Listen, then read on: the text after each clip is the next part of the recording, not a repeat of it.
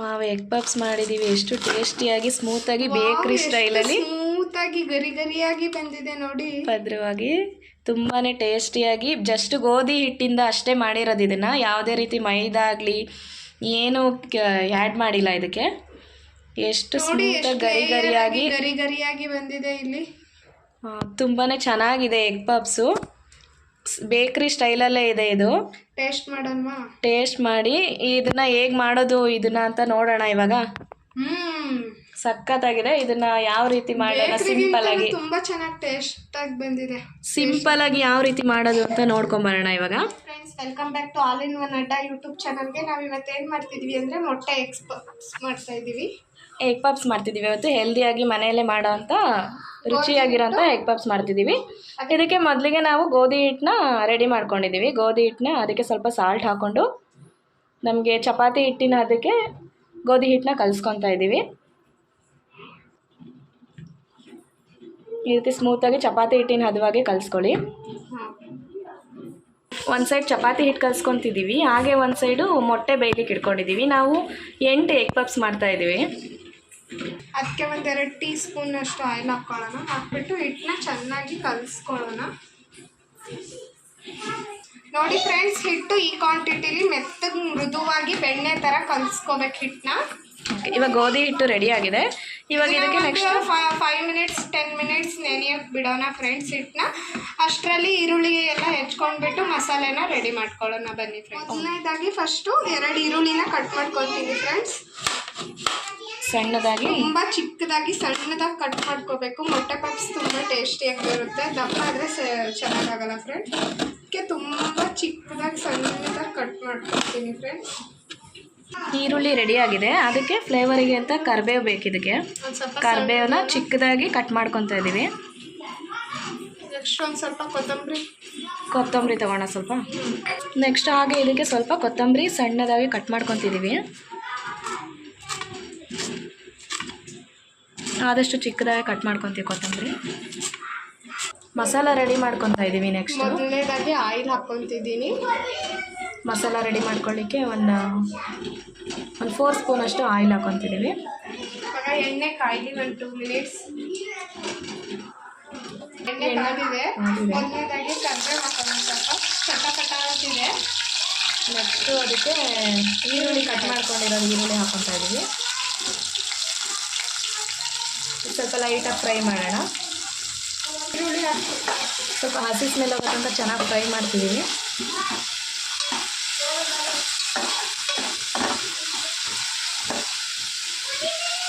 ಇವಾಗ ಈರುಳ್ಳಿ ಗೋಲ್ಡ್ ಕಲರಲ್ಲಿ ಬಂದಿದೆ. ನೆಕ್ಸ್ಟ್ ಇದಕ್ಕೆ ಮಸಾಲೆ, ಗರಂ ಮಸಾಲ ಹಾಕ್ತಿದ್ದೀನಿ ಸ್ವಲ್ಪ.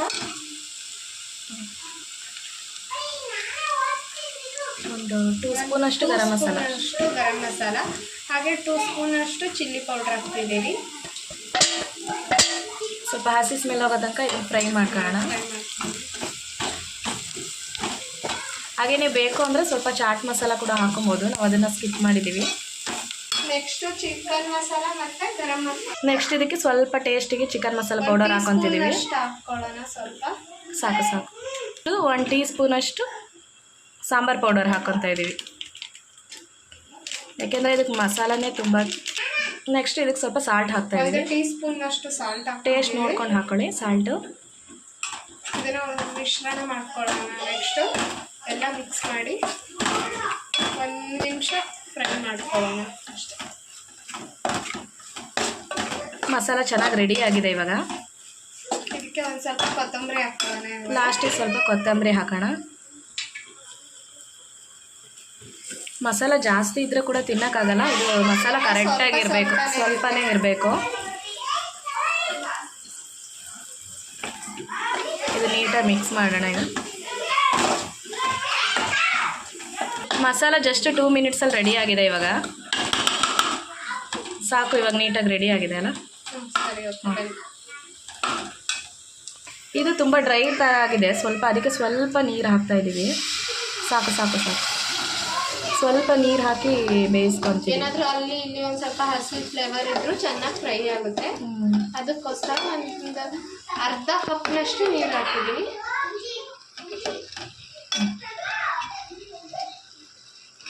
ಸ್ವಲ್ಪ ನೀರಾದರೆ ಜ್ಯೂಸಿ ಜ್ಯೂಸಿ ಥರ ಇರುತ್ತೆ ಅಂತೇಳಿ. ಓಕೆ, ಸಾಕು, ಇವಾಗ ರೆಡಿಯಾಗಿದೆ. ನೆಕ್ಸ್ಟು ಒಂದು ಕಡೆ ಎಣ್ಣೆ ಕಾಯ್ಲಿಕ್ಕೆ ಇಟ್ಕೊಂಡಿದ್ದೀವಿ. ಎಣ್ಣೆ ಕಾಯ್ತಾ ಇದೆ. ಅಷ್ಟೊತ್ತಿಗೆ ನಾವು ಚಪಾತಿ ಹಿಟ್ಟು ರೆಡಿ ಮಾಡಿ ರೌಂಡ್ ಶೇಪಲ್ಲಿ ಮಾಮೂಲಿ ಚಪಾತಿ ಹೇಗೆ ಲಟ್ಟಿಸ್ತೀವೋ ಅದೇ ರೀತಿ ಲಟ್ಟಿಸಿ ಇಟ್ಕೊಂಡಿದ್ದೀವಿ. ಅದಕ್ಕೆ ಒಂದು ಸ್ವಲ್ಪ ಬೆಣ್ಣೆ ಹಾಕ್ಕೊಳ್ಳೋಣ, ಅಥವಾ ಆಯಿಲು ಅಥವಾ ತುಪ್ಪ ಏನಾದರೂ ಹಾಕೋಬೋದು. ನಿಮ್ಮ ಮನೇಲಿ ಏನಿರುತ್ತೆ ಎಣ್ಣೆನೂ ಹಾಕೋಬೋದು, ತುಪ್ಪ ಅಥವಾ ಬೆಣ್ಣೆ ಹಾಕೋಬೋದು. ನಾವು ಆದಷ್ಟು ಗೋಧಿ ಹಿಟ್ಟಿನ ಮಾಡ್ತಿದ್ದೀವಿ, ಮೈದಾ ಹಿಟ್ಟಿಂದ ಮಾಡ್ತಾ ಇಲ್ಲ. ಮೈದಾ ಹಿಟ್ಟು ಆರೋಗ್ಯಕ್ಕೆ ಒಳ್ಳೇದಲ್ಲ ಅಂತೇಳಿ ಅದನ್ನ ಸ್ಕಿಪ್ ಮಾಡಿದ್ದೀವಿ. ಅದಕ್ಕೋಸ್ಕರ ಈ ಥರ 4 ಗೋಧಿ ಹಿಟ್ಟಲ್ಲಿ ಟ್ರೈ ಮಾಡಿ ನೋಡಿ, ತುಂಬ ಚೆನ್ನಾಗಿ ಬರುತ್ತೆ. 4 ಲೇಯರ್ ಹಾಕ್ಕೊತಿದ್ದೀವಿ ಈ ಥರ ಚಪಾತಿ ಹಿಟ್ಟನ್ನ. ಫಸ್ಟೇ ಚಪಾತಿ ಒತ್ತಿ ಇಟ್ಕೊಂಡಿದ್ರೆ ಒಂದ್ರ ಮೇಲೆ ಒಂದು ಹಾಕೊಬೋದು.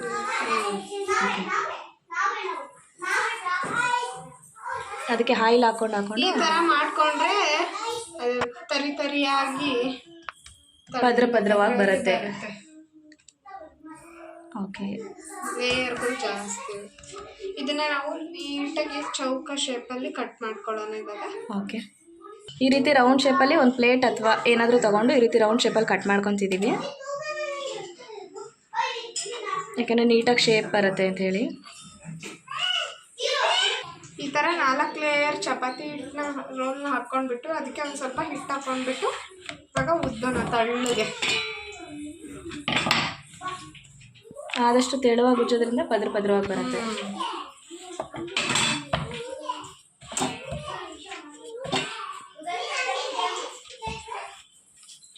ಈ ಥರ ಚಪಾತಿ ಮಾಡ್ಕೊಂಡ್ಬಿಟ್ಟು ಈ ಥರ 4 ಲೇಯರ್ನ ಕಟ್ ಮಾಡ್ಕೋಬೇಕು. ಕಟ್ ಮಾಡ್ಕೊಂಡ್ಬಿಟ್ಟು ಇದಕ್ಕೆ ಮಸಾಲೆ ಹಾಕ್ಬಿಟ್ಟು ಮೊಟ್ಟೆ ಹಾಕ್ಬಿಟ್ಟು ಫೋಲ್ಡ್ ಮಾಡೋಣ. ನೆಕ್ಸ್ಟು ನೋಡಿ, ಈ ಥರ 1 2 3 4 ಓಕೆ, 4 ಬಂದಿದೆ. ಇದರಲ್ಲೂ ಒಳಗಡೆ ಮತ್ತೆ 4 ಲೇಯರ್ ಇದೆ. ಇದಕ್ಕೆ ಮಸಾಲೆ ಹಾಕ್ಬಿಟ್ಟು ಇವಾಗ ಮೊಟ್ಟೆ ಹಾಕ್ಕೊಳ್ಳೋಣ. ಇವಾಗ ಇದಕ್ಕೊಂದು ಮೊಟ್ಟೆ ಹಾಕ್ಕೊಳ್ಳೋಣ. ಇವಾಗ ಬೇಯಿಸ್ಬಿಟ್ಟು ಸಿಪ್ಪೆ ತೆಗೆದ್ಬಿಟ್ಟು ಇಟ್ಕೊಂಡಿರೋಂಥ ಮೊಟ್ಟೆನ ಇಲ್ಲಿ ಇಟ್ಬಿಟ್ಟು ಫೋಲ್ಡಿಂಗ್ ಮಾಡೋಣ. ಇವಾಗ ಒಂಚೂರು ಆಯಿಲ್ ಹಾಕ್ಕೊಳ್ಳೋಣ. ಬೇಯುವಾಗ ಅದು ಪದ್ರ ಬಿಟ್ಕೋಬಾರ್ದಲ್ವ, ಅದಕ್ಕೋಸ್ಕರ. ಈಸಿ ಆಗಿದೆ, ತುಂಬ ಫ್ರೆಶ್ ಆಗಿ ಒಳ್ಳೆ ಮೊಟ್ಟೆ ತೊಗೊಂಡು ಮಾಡ್ತಾಯಿದ್ದೀವಿ. ಬೇಕ್ರಿಗಳಲ್ಲೆಲ್ಲ ಎಷ್ಟು ದಿನ ಆಗಿರುತ್ತೆ. ಇವಾಗ ಎಣ್ಣೆ ಕಾಯಕ್ಕೆ ಇಟ್ಟಿದ್ದೀವಿ.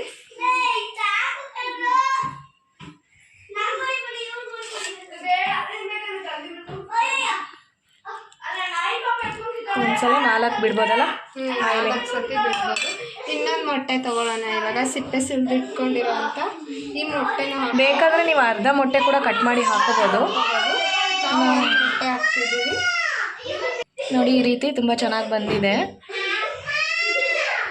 ಇವಾಗ ಎಣ್ಣೆ ಕಾದಿದೆ, ಅದ್ರ ಒಳಗಡೆ ಈ ಮೊಟ್ಟೆ ಪಪ್ಸ್ನ ಮಾಡಿರೋದನ್ನ ಬಿಡೋಣ. ಓಕೆ, ಇವಾಗ ಎಣ್ಣೆ ಒಳಗಡೆ ಒಂದೊಂದಾಗೆ ಬಿಡ್ತಾ ಇದ್ದೀವಿ. ನಾವು 2 ಹಾಕ್ತಾ ಇದ್ದೀವಿ.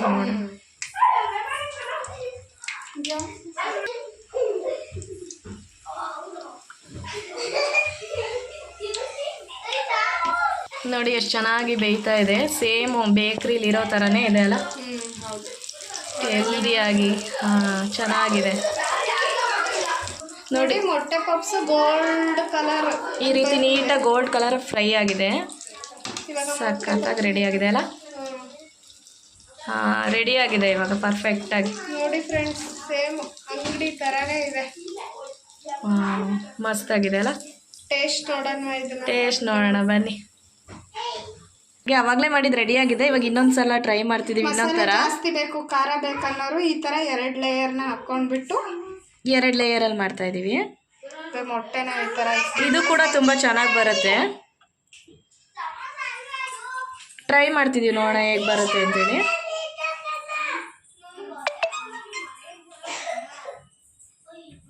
ಈ ರೀತಿ ನೀಟಾಗಿ ಪ್ರೆಸ್ ಮಾಡ್ಕೊಳ್ಳಿ, ಎಲ್ಲೂ ಗ್ಯಾಪ್ ಬೇಡ, ಇಲ್ಲಾಂದರೆ ಮಸಾಲೆ ಎಲ್ಲ ಆಚೆ ಬಂದುಬಿಡುತ್ತೆ. ಸಮೋಸ ಥರ ಬರ್ತಾ ಇದೆಯಲ್ಲ, ಚೆನ್ನಾಗಿ ಬರ್ತಿದೆ. ಇದನ್ನು ಎಣ್ಣೆಲಿ ಹಾಕಿ ಫ್ರೈ ಮಾಡ್ತಿದ್ದೀವಿ. ಇದು ಸ್ವಲ್ಪ ಜಾಸ್ತಿ ಪದ್ರವಾಗಿ ಬೇಕು ಅನ್ನೋರು ಈ ಥರ ಒಂದ್ಸಲ ಟ್ರೈ ಮಾಡ್ಬೋದು. ನೋಡಿ ಎಷ್ಟು ಚೆನ್ನಾಗಿ ಸಮೋಸ ಟೈಪ್ ಬರ್ತಾ ಇದೆ ಇದು. ವಾವ್, ನೋಡಿ ಫೈನಲ್ ಆಗಿ ಈ ರೀತಿ ಎಗ್ ಪಪ್ಸ್ ರೆಡಿ ಆಗಿದೆ. ಮನೇಲಿ ಹೆಲ್ದಿಯಾಗಿ ಜಸ್ಟ್ ಗೋಧಿ ಹಿಟ್ಟಿಂದ ಅಷ್ಟೇ ಮಾಡಿರೋದು ನಾವು. ಮೈದಾ ಹಿಟ್ಟು ತುಂಬಾನೇ ಹೆಲ್ದಿ ಆಗಿದೆ. ಮೈದಾ ಹಿಟ್ಟು ಹೆಲ್ತಿಗೆ ಒಳ್ಳೇದಲ್ಲ, ಅದಕ್ಕೋಸ್ಕರ ಗೋಧಿ ಹಿಟ್ಟಲ್ಲಿ ಮಾಡಿದ್ದೀವಿ. ನೀವು ಒಂದ್ಸಲ ಟ್ರೈ ಮಾಡಿ, ಟೇಸ್ಟ್ ಮಾಡಿ, ತುಂಬಾನೇ ಟೇಸ್ಟಿಯಾಗಿರುತ್ತೆ, ಚೆನ್ನಾಗಿರುತ್ತೆ. ನಮ್ಮ ಚಾನಲ್ಲು ಚೆನ್ನಾಗಿ ಬಂದಿದೆ. ಓಕೆ, ಚಾನಲ್ ಇಷ್ಟ ಆಯ್ತಂದ್ರೆ ನೀವು ಸಬ್ಸ್ಕ್ರೈಬ್ ಮಾಡಿ, ಶೇರ್ ಮಾಡಿ, ಲೈಕ್ ಮಾಡಿ. Thank you friends.